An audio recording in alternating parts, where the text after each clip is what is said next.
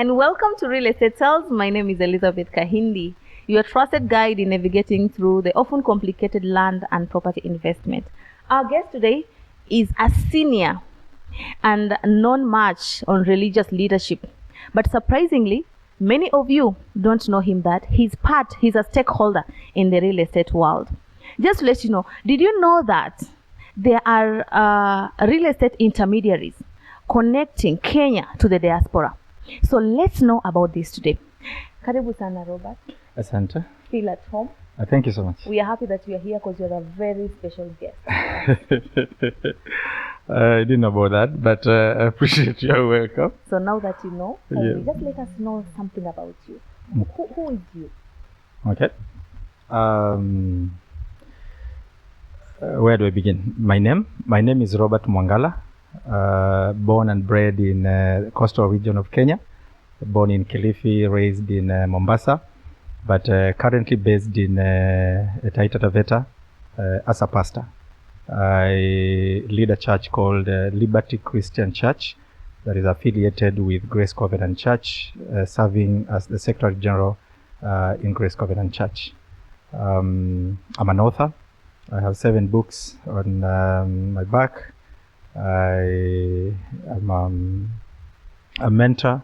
I mentor young people, especially in music. I'm a marriage counselor. I'm many things. I am the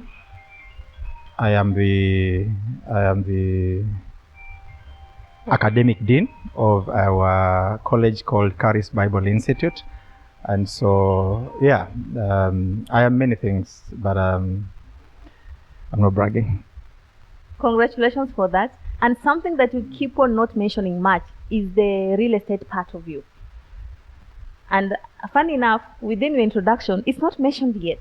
Yes, that's an interesting part of my life, and my life revolves around ministry, and in fact everything I've introduced about myself has to do with ministry. And in ministry in Kenya is non-profit, so anything that looks profit making, we kind of push it out of our introduction, because we pastors and preachers don't like to be known to be profiting from the things they do. So real estate is one of those things that when you mention it as real estate, it makes it look like you're in business. And for the longest time, I have frowned upon the idea of me being in business. Not that I don't want to, but because in a way it collides with the primary functions of being a pastor. In fact, a few days ago, I did a video where I emphatically said it is impossible for a pastor to be gainfully employed. That's a very controversial statement. But having said that, pastors are jack of all trades. We kind of do everything. We are lawyers, we are accountants, we are architects. People come to us with all business experts. They come to us with all manner of things for us to advise them and assist them. So in that aspect, I have worked with people acquiring property. I've worked with people who want to build, have them set up their plans of building, costing, and all that. So in a way, I've been in the real estate business, but not in it. So it's there. Something that you may not have known. In Aga Khan, I did my high school. I did drawing and design because my desire was to become an architect. So I have drawn quite a few drafts for people who wanted to build, so interpreted what was in their mind and put it on the table. And because back in the villages, people don't need professional drawings, that's what they've used to actually build their houses. So I'm in that space, yet I'm not in there. So that's why you kind of miss it from my introduction. That one is okay. But do you realize that you are more to it even before in Aga Khan you did architectural design? Yeah. Do you realize that it's just that it might be a misconception in a way or the other, but it will be a calling or a big ministry? Because I will want you let us know a little bit about what you do to the diaspora. Yeah. A connection from Kenya to the other side when it comes to real estate. Yeah. Because that is broad. I believe there's a lot of trust issues. Yes. And if only you conquered that, then you are someone that should be trusted when it comes to properties and all that. Maybe the name might look bigger, real estate. Real estate. But to be sincere, that is what you are doing in a way. And real estate engaged to being a pastor, it's even bolder because trust is everything when it comes to that. So maybe to our audience, what are you saying about this? A relator, a pastor who was a relator. How comfortable are you? For me, I'll be so comfortable to work with someone who understands more, someone who is trustworthy, and someone who has already an experience. We can see, in between this conversation, we'll be in a position to see what he's done. A bigger connection of investment and delivery, connecting Kenya to the other parts of the world. So let us know much when it comes to a diaspora connection. How do you deliver? That is not in the other ministry, but as real estate is concerned. Well, what the audience may not have picked up by now is that in 2005, I had an opportunity to go abroad. I did, after my Form 4, I studied a diploma in electrical engineering here in Mombasa Poly. But that's when I got the calling to become a pastor. And by God's grace, I was able to get a scholarship that took me to the US, where I stayed there for 4 years. And then because of the calling again, to come back to my homeland, empower pastors and all that, because that's my passion, to empower pastors and train them to become effective. So I came back, did my master's in theology, and now trying to work my way into getting the badge of being a doctor. But that aside, so that's where my connection with the diaspora began. So I have friends, Kenyans who are in the diaspora, who I know. I have Americans who, of course, they're back home, who I know. So coming back, I was kind of a point of contact. Somebody in Kenya or in US, in Germany, who they wanted to talk to somebody back home about some things. You see, for people in Kenya, sometimes you understand the exchange rate, that it's 100, 130, but sometimes you don't quite understand the value of a dollar unless you've handled it. And I have the privilege of having handled it, so I can talk in terms of dollars, like the people who are in the US. So that's when my connection began. And so helping people who are in the diaspora connect with their investment here. For example, at one point, somebody wanted to buy a piece of land.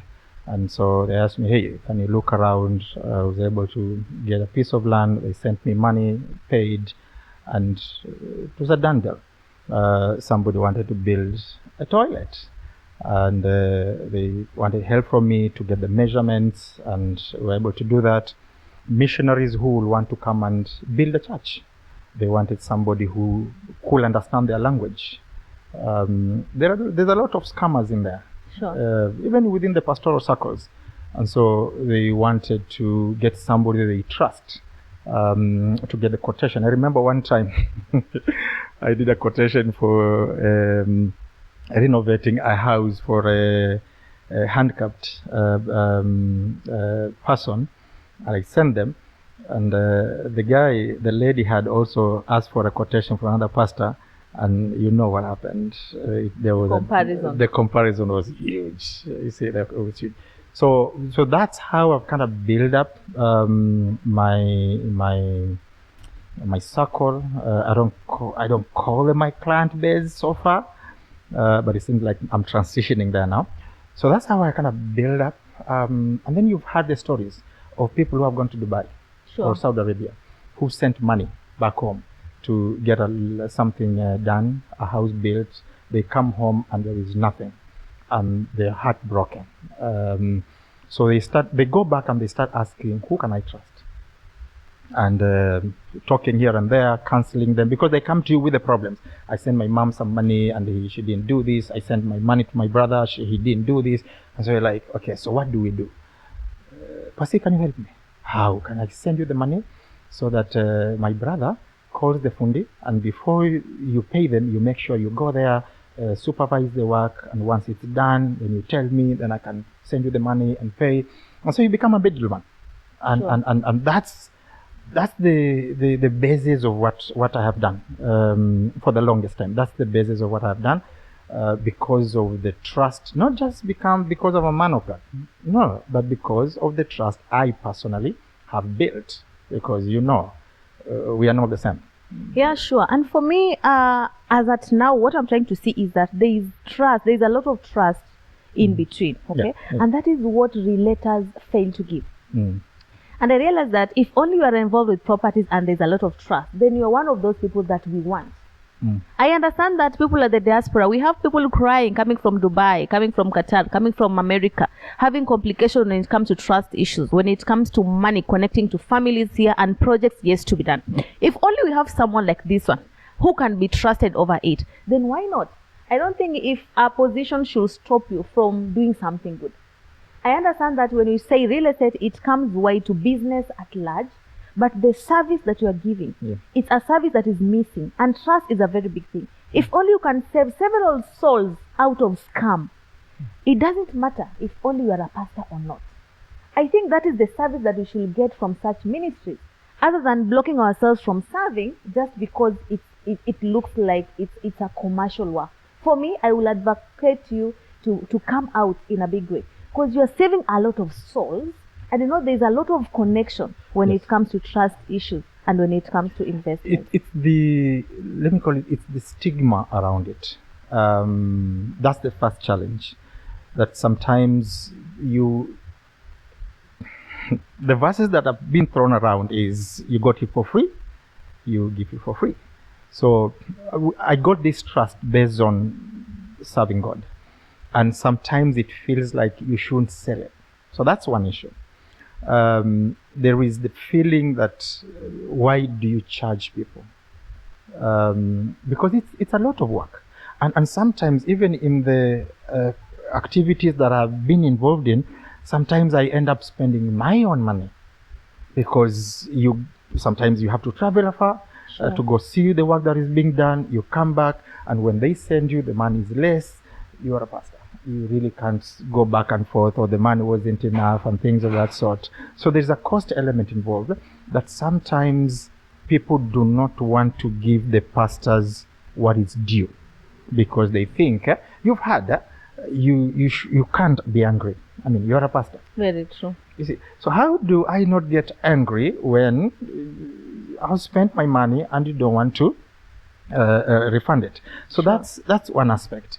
The other is connected to that, the idea that as a pastor you can't get into arguments.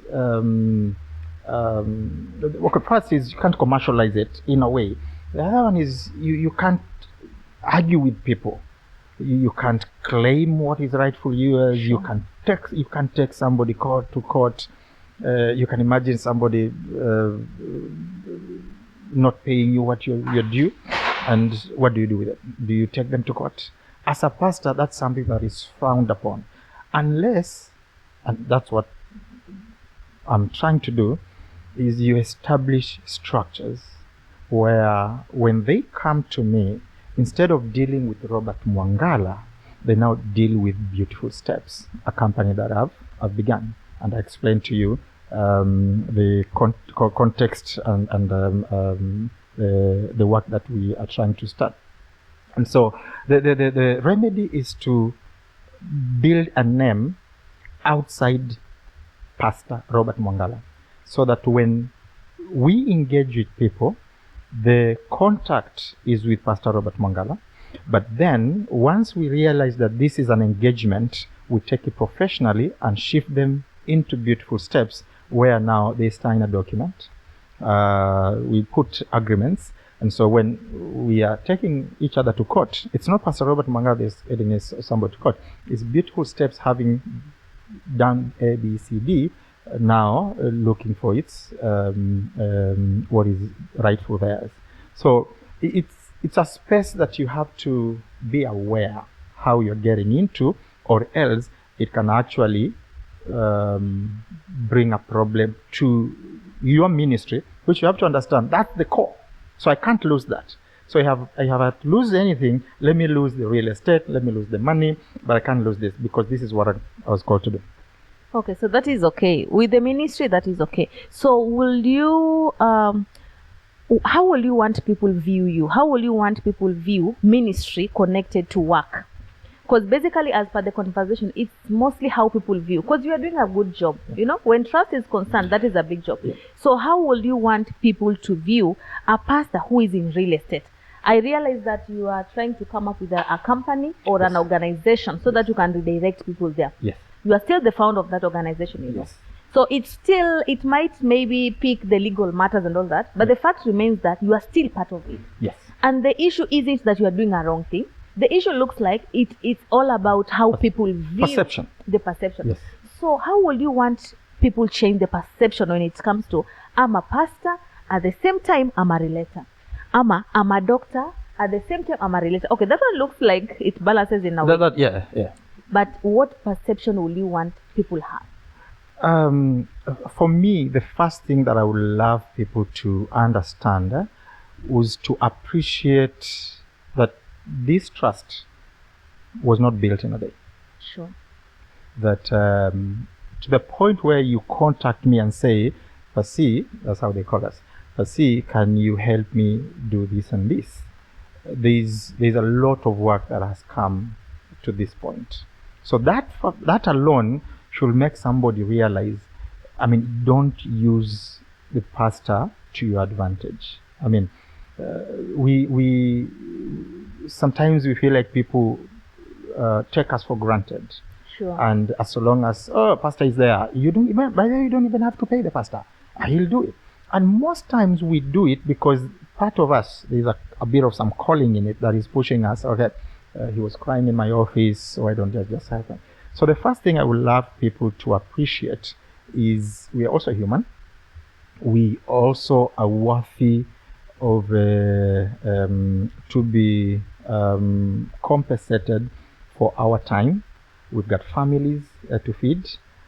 Some of our churches are small, so when you send us to Malindi to check on your property, it's being human. It's just pure dignity to afford the person good transport modalities, make sure that he's got his lunch, and maybe something return to bring home. So that's the first thing.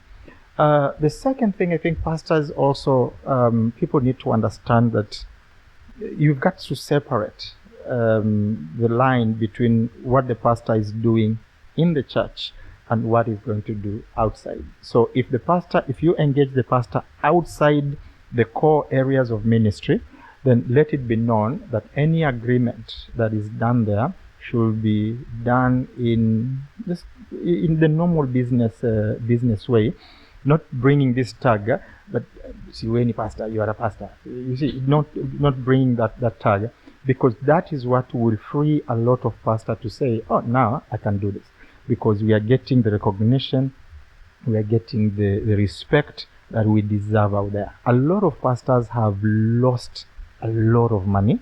They've lost a lot of interests, because at some point they turn against us and tell us, but you're a pastor and you can wait, but you're a pastor, you don't have to get angry.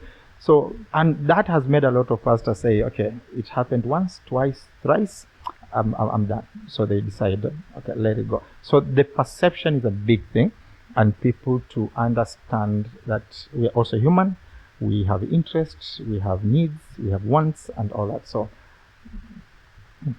that is good. So let me know today, what is your take regarding this? Will you recommend your pastor to be part of your real estate transaction? How will you change your perception on this one? Yes, will you recommend to work with a scammer? just because you have a bad image over pastors who can assist you on this. Please let us know in your comment. But here we have Robert, who is trustworthy, who is connecting people from the diaspora. And I believe it's someone that you'll want to work with. Until next time, my name is Elizabeth Kahindi, always advising you to invest wisely.